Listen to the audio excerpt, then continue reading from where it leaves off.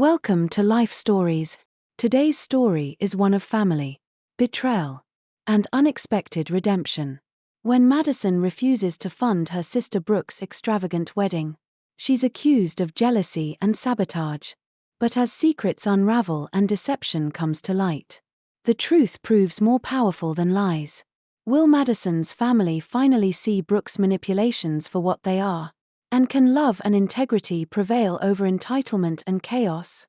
Stay with us to find out how one woman's strength turns a painful betrayal into the ultimate lesson in resilience. Subscribe now to start today's story with Life Stories. The silence at our family dinner table felt suffocating, wrapping around my throat like a noose. I picked at my cold grilled chicken, unable to look up. Across from me, my sister Brooke dabbed at the black streaks of mascara running down her cheeks, her dramatic sobs filling the room. "She's sabotaging my wedding on purpose," Brooke wailed, clutching our mother's hand for effect. "Madison knows that Jake and I need that loan, but she just refuses to help. She's always been jealous of me." Jealous. The word stung. Not because it was true, but because it was so absurd. I forced myself to take a deep breath, steadying my voice before I responded. "That's not fair, Brooke," I said, setting my fork down. "I already explained why I can't lend you the money. You and Jake have 3 maxed-out credit cards. You're drowning in debt. Giving you another $100,000 won't solve anything." Brooke scoffed, shaking her head as if my words were ridiculous. "See," she cried, turning to our parents. "She's trying to control my life, just like she always has." Our father cleared his throat, his weathered face lined with concern. "Madison, sweetheart, couldn't you help your sister out? It's her wedding day we're talking about."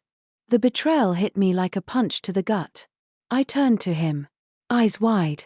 "Dad, you know I've helped her before. Remember when she wanted to open that art studio? I paid for all her supplies. And when she fell behind on rent last year, I covered her payments. That was different." Mom cut in, her voice sharp. "This is her wedding. Family supports family." I clenched my jaw, fighting back frustration.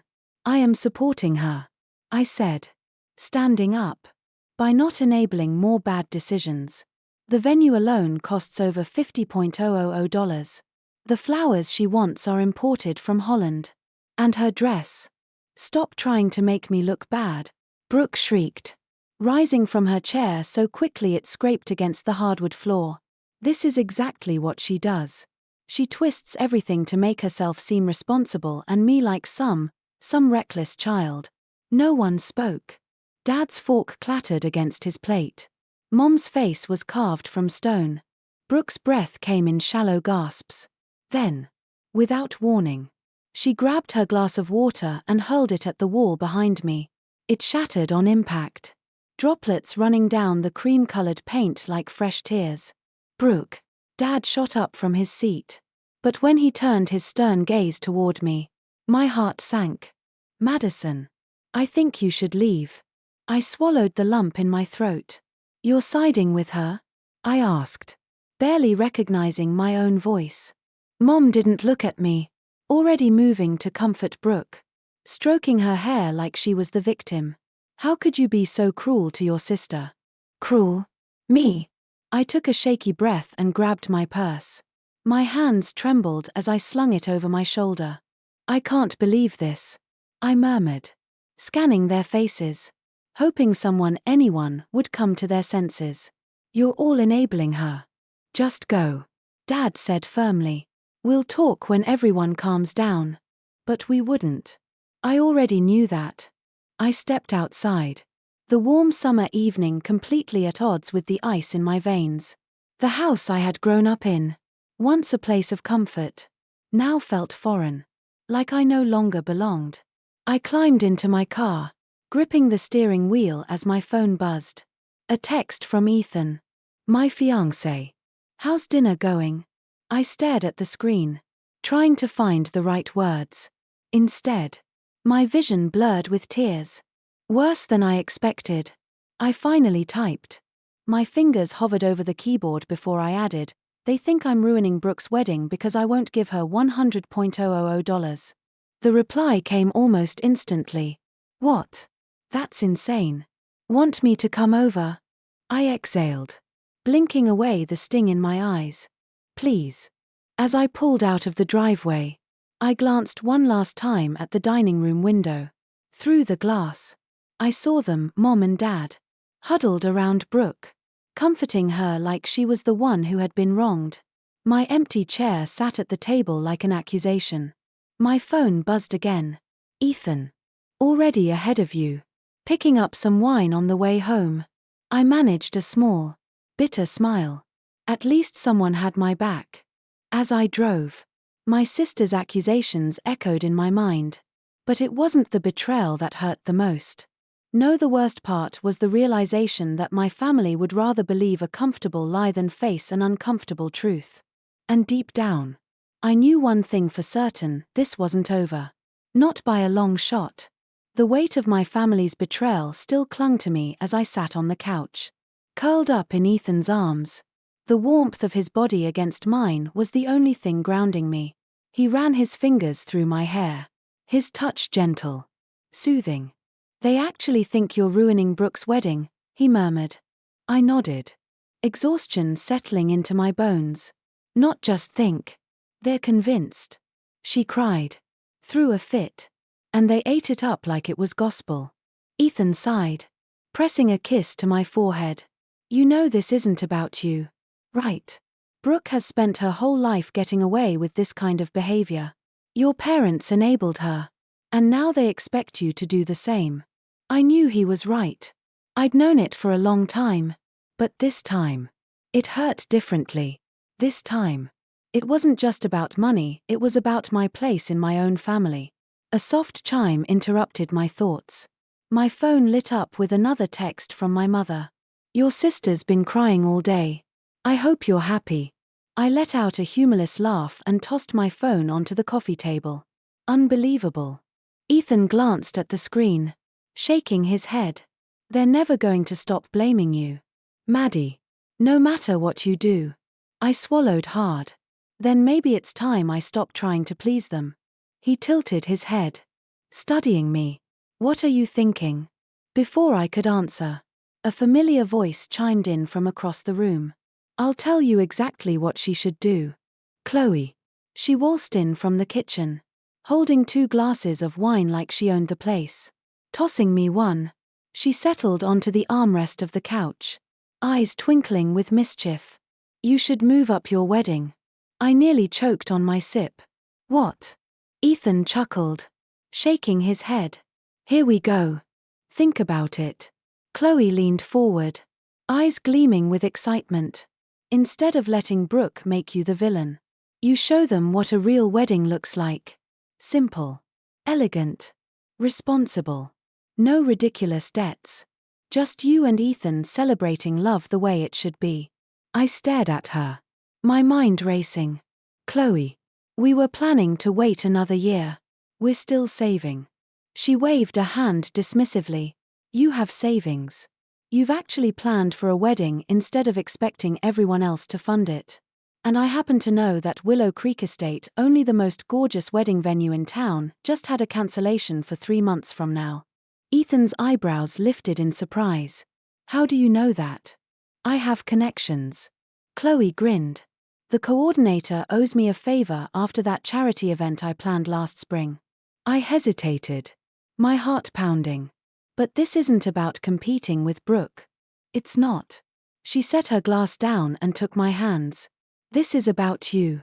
About taking control of your life and your happiness. You've spent years bending over backward for your family, Maddie. And what has it gotten you? Blame. Guilt. Accusations. I say screw that. Stop being the family punching bag and show them what true class looks like." Ethan reached for my hand, his thumb brushing over my knuckles. "I actually love this idea," he admitted. I turned to him in shock. "You do?" He nodded. "We're already engaged. We've already been saving. And unlike some people, we know how to budget." His lips curved into a knowing smile. A slow, exhilarating realization spread through me. Chloe was right. For the first time in years, I had a chance to do something for me. Not for my parents. Not for my sister. Not for anyone else. Just me and Ethan. I exhaled, glancing down at my phone one last time. A new message had appeared in our family group chat. From Brooke. Trying to figure out how to have my special day without my sister's support. At least I know who really loves me. Something inside me snapped. I looked up at Ethan and Chloe. My decision made. You know what? I said, lifting my glass. Let's do it. The next few weeks passed in a whirlwind of wedding planning. Unlike Brooke's over-the-top spectacle, our wedding would be small but beautiful. Focused on what truly mattered, celebrating love. Not drowning in debt. Chloe worked her magic. Pulling together details with effortless finesse. Garden ceremony. Fairy lights. Live string quartet she rattled off one evening. Sprawled across my couch with her laptop. And I found a florist who doesn't import overpriced Dutch flowers. She shot me a look. Because we're normal people. I laughed. Feeling lighter than I had in weeks. Ethan squeezed my hand. This feels right. And it did. For the first time in a long time, I was making a decision that wasn't about pleasing my family. Then, one evening, as we sat on the balcony sipping wine, my phone buzzed. A text from my cousin. Marissa. You're going to love this. Call me. Curious. I dialed. Maddie. Marissa whispered conspiratorially. You won't believe what I just found out. I put her on speaker so Ethan and Chloe could hear. Okay. What? Karma is working faster than expected. She sounded almost giddy. Brooke and Jake have been blacklisted from 3 wedding venues in town. Ethan sat up. Wait. What? Marissa continued. Voice filled with barely contained amusement. They went to Willow Creek Estate last month, yes. Your venue, but when they heard the price. Jake lost it. He yelled at the manager about highway robbery, demanding a discount because our family has social influence. Chloe snorted. Oh, that's rich. It gets better. Marissa said. Brooke pulled out the waterworks. Sobbing about how this was her dream venue and she'd die if she couldn't have it. She kept name-dropping your parents. Claiming they'd pull strings to get a deal. I covered my face with my hands. Oh my God. The manager wasn't having it. Marissa continued. She shut them down. And when they tried the same stunt at other venues? Same outcome. Blacklisted. Now they have no venue and no money. I exhaled slowly. My mind spinning. She never had a venue. Brooke had demanded a $100,000 loan without even securing a place to get married. She had just expected the money to magically appear. Like it always had. And suddenly, I understood. She wasn't just reckless. She was a scammer. She was never going to pay anyone back. I murmured. Ethan met my gaze. Understanding dawning in his eyes. She was going to collect as much money as possible. Then figure it out later. Marissa's voice turned serious. And now, she's desperate. Because guess where she's supposedly getting married next month? Where? I asked. Dreading the answer. Hawaii, she said. Barely holding back laughter. She posted about a surprise destination wedding on Instagram today. Chloe's jaw dropped. How? Jake's parents. Marissa answered. They gave her money. A lot of money. A heavy silence settled over us. Then my phone buzzed again, this time. In the family group chat. Brooke, sometimes the universe has other plans. Surprise wedding in Hawaii next month. Take that. Haters. I stared at the screen. My pulse steady. My emotions unreadable. Then, without warning, I started to laugh. Ethan raised an eyebrow. That's not the reaction I expected. I shook my head. Unable to stop. She scammed our family out of thousands. Lied to Jake's parents. And somehow thinks I'm the villain. She's getting away with it. Chloe muttered. Scrolling through the comments. Look at this. Everyone's congratulating her. I set my wine glass down. Not for long. Marissa's voice turned sharp. What are you thinking? I met Ethan's gaze. My lips curving into a slow, knowing smile. I think it's time we let the truth come to light. The fallout from Brooke's deception came faster than I expected. 2 days after her grand announcement about the surprise Hawaii wedding, my phone buzzed with an incoming call from Marissa. You need to hear this, she said the moment I answered. Jake's parents just showed up at Willow Creek Estate, furious. They had no idea about Hawaii. They thought the wedding was still happening here. I shot Ethan a look. He set down his coffee and leaned in to listen. Wait. What? They already gave Brooke and Jake a huge amount of money for the local wedding. Marissa continued. And now they're realizing that not a single venue in town ever received a deposit from her. I inhaled sharply. She never put down anything. Not a dime. Marissa confirmed. She was collecting cash from everyone. Probably planning to figure things out later or not at all. Chloe, who was sitting across from me, let out a low whistle. Wow. Bold move. Even for her. I pressed my fingers to my temples. So, she's scamming both families at the same time? Yap. Marissa said. And Jake's parents are livid. They're demanding answers. If Brooke thinks she can keep up this charade, she's about to get a reality check. Just then, my phone vibrated again, this time with a text from Mom. Your sister is in tears. She says everyone's turned against her. Are you happy now? I exhaled slowly, my stomach twisting. Happy? No. Vindicated? Absolutely. I held out my phone for Chloe to see. She rolled her eyes. Of course she's playing the victim. Ethan shook his head. What are you going to do? I took a deep breath. I think it's time to talk to Mom. Really talk. Later that afternoon, I met my mother at a quiet bakery near her house. She looked exhausted. Dark circles beneath her eyes. She hesitated at the entrance before walking toward my table, clutching her purse like a lifeline. I gestured toward the cake samples in front of me. Want to help me pick our wedding cake? Mom blinked in surprise. Slowly, she sat down and picked up a fork, slicing off a small bite of vanilla bourbon cake. She closed her eyes as she tasted it. That is good, she murmured. For a moment, there was silence between us until she finally spoke. Madison, I don't know what to do about Brooke. I waited, letting her gather her thoughts. She called me last night, sobbing. Said everyone's turned against her. That she's being attacked by jealous family members who don't want to see her happy. Mom's voice wavered. I've always believed her. I always wanted to. But now? I asked gently. Mom sighed, setting her fork down. Jake's parents called me yesterday. They're furious about the Hawaii wedding. Said something about missing deposits. Brooke can't show them any receipts. She keeps saying the money was spent on wedding preparations, but she rubbed her temples. Maddie, I don't know what's happening with her anymore.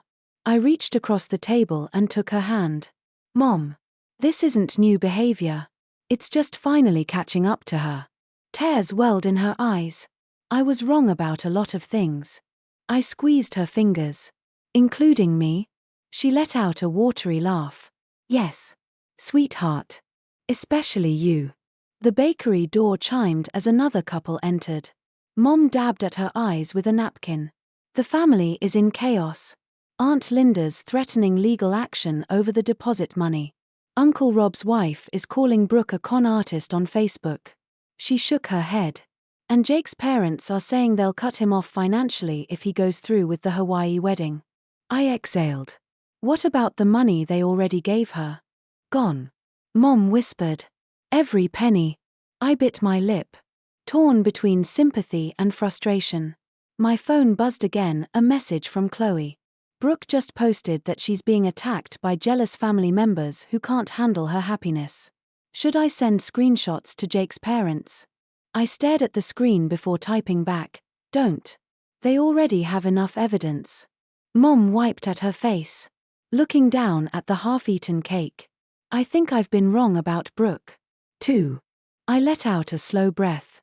This wasn't the revenge I had imagined. But watching the truth unfold on its own, that was so much better. As I stood in the twinkling garden of Willow Creek Estate, my hand tightly wrapped in Ethan's, I took a deep breath, letting the moment settle deep into my heart. The warm glow of fairy lights, the soft melody of the string quartet, and the genuine love surrounding us, it was everything I had ever hoped for. Brooke hadn't shown up. And for the first time, that didn't bother me. Some lessons take longer to learn. Some people need to face their own consequences before they can change. As we danced beneath the stars, Mom and Marissa watching with teary eyes, I realized this wasn't just a wedding. It was proof that love, integrity, and truth always shine through, no matter how much chaos tries to overshadow them. And if that lesson reached Brooke one day, that would be up to her. Thank you for watching Life Stories. Don't forget to subscribe for more incredible real-life stories.